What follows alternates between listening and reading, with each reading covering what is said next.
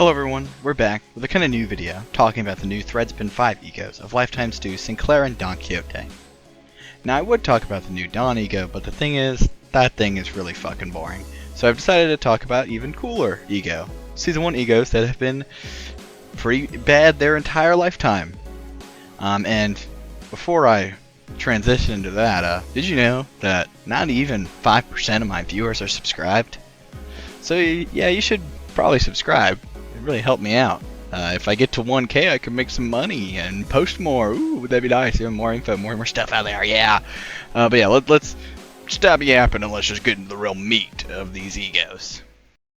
Starting with Don's Lifetime Stew, this thing's facelift is actually pretty good, looking on the surface level.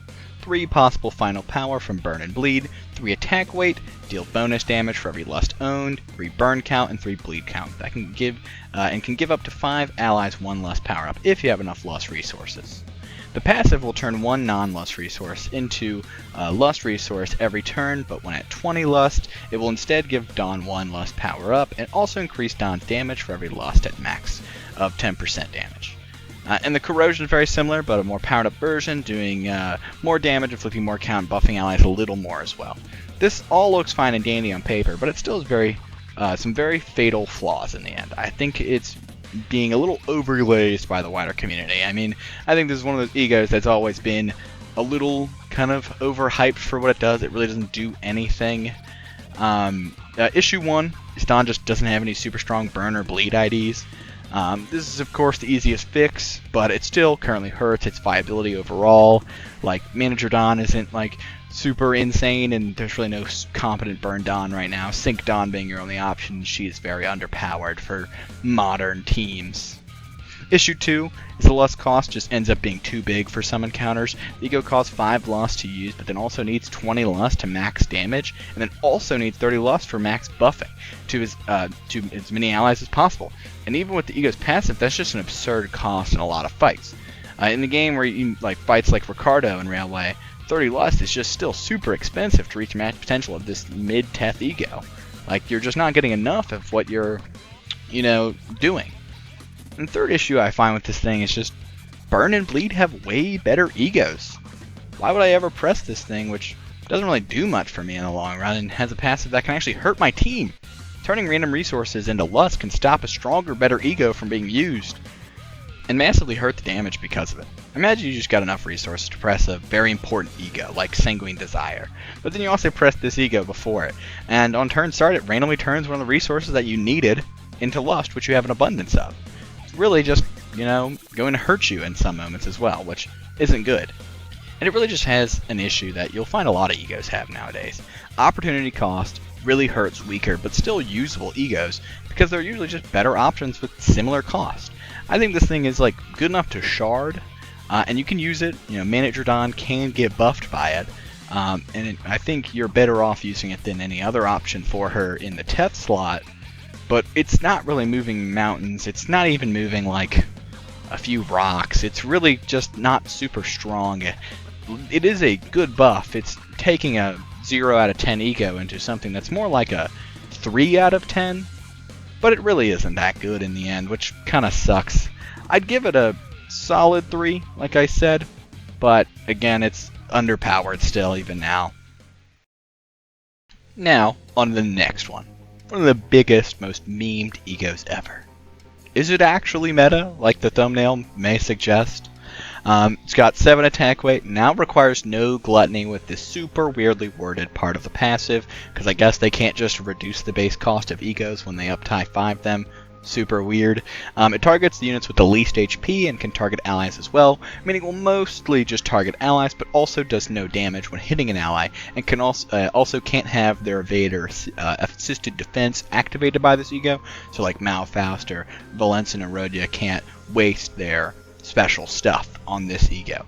And it will heal Sinclair's SP by the number of allies targeted, and then his HP by the number of allies targeted, and a max of 20% HP. And then also will then heal allies targeted by the ego based off the amount targeted, just like how it heals Sinclair, and then on tails hit inflicts 7 burn. But the main use I've skipped over with this ego is giving Sinclair and every ally hit by the ego Ego Resource Amp, which is basically double the resources gained by pressing the skill to everyone next turn. So like, you use a pride skill, it'll give you 1 pride, but if you have Ego Resource Amp, it'll now give 2 pride. But before we talk about the benefits of all, let's go to the passive. If Sinclair hits an enemy when rolling tails, inflict 1 burn, and when they use a skill that inflicts burn, if the plus coin skill and you're below 40 SP, you'll heal 4 SP, and when at 40 SP or higher, you'll deal 10% damage. And for minus coins, you will lose 4 SP when higher than minus 25 SP, and then this effect can't lower your SP below negative 40, kind of like Knight of Despair Rodian, and then when at negative 25 SP or lower, you'll deal 10% more damage. So technically this is an in-corp Sinclair buff, but the core issue of this Ego before was it was either a small heal to allies when hitting heads, or 7 burn inflict on all allies and Ego Resource Amp. You couldn't have both. Your entire fate was just left up to if the Ego wanted to roll heads or tails. So like if you really needed the healing, it could just burn you instead, and if you really need the Ego Resource Amp, it could just instead heal you. But now, with Threadspin 5, there's no more RNG. But it's still not super amazing overall. The main ID people will bring up is Dawnclair, because the passive gives SP, but really just doesn't need SP anymore, with Dawn, Gregor, and Faust, mainly Gregor. And the damage mod is just kind of not big. It's only 10%. It's not going to be a massive increase to his damage. But again, this Ego has a similar issue to Dawn's, where there's just so many strong Egos now, especially in the, burn niche, that just isn't that good. But Ego Resource Amp can help you get those Egos faster. So, like, I can imagine it being used in a clear where, like, you want to use Indicant's Trials Corrosion, but it's a short boss fight. You might not have the resources for it. But if you use this, you can double your resource gain, because that thing costs a lot of wrath. So, it can help you get that a lot faster. I think that niche it has with the Ego Resource Amp can really help it out in being viable for your team. I think this is similar to Dawn, where it's worth the shard, but I think this one's a little better as well. You're going to find more use out of it, I feel, especially if you really like clearing really fast. Probably give this one a 5 out of 10. I actually like this thing's buff a good bit, especially compared to its previous incarnation of being just completely fucking useless. Overall, I think these Threadspin 5s I like the most so far. They keep the original gimmick, but also add to it in unique ways as well. Like, I think Dawn's is still underpowered, but I do like that it still focuses on lost resources needed to make it do something super good. If super good is kind of a stretch. And then Sinclair's is a huge facelift, really making a subpar Ego with an interesting concept into something that's pretty usable and has a good niche overall.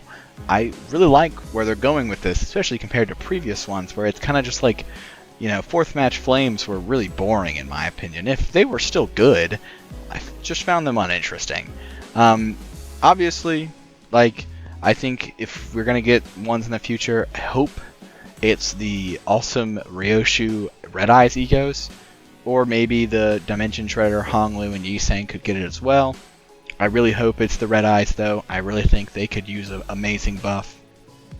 And if you agree or disagree with anything I'm saying, comment down below. And also, while you're down there, like and subscribe, please. I really like the support I'm getting on this stuff, and I'm really just trying to inform people on stuff. I see all this misinformation go about, and I'm not perfect myself. I've made some pretty interesting takes, but I think it could be good. If you see, it's just giving people more information out there. Thank you for watching, and I know this is a short one as well, but I wanted to get something out for the Rodian video to come out after. Thank you.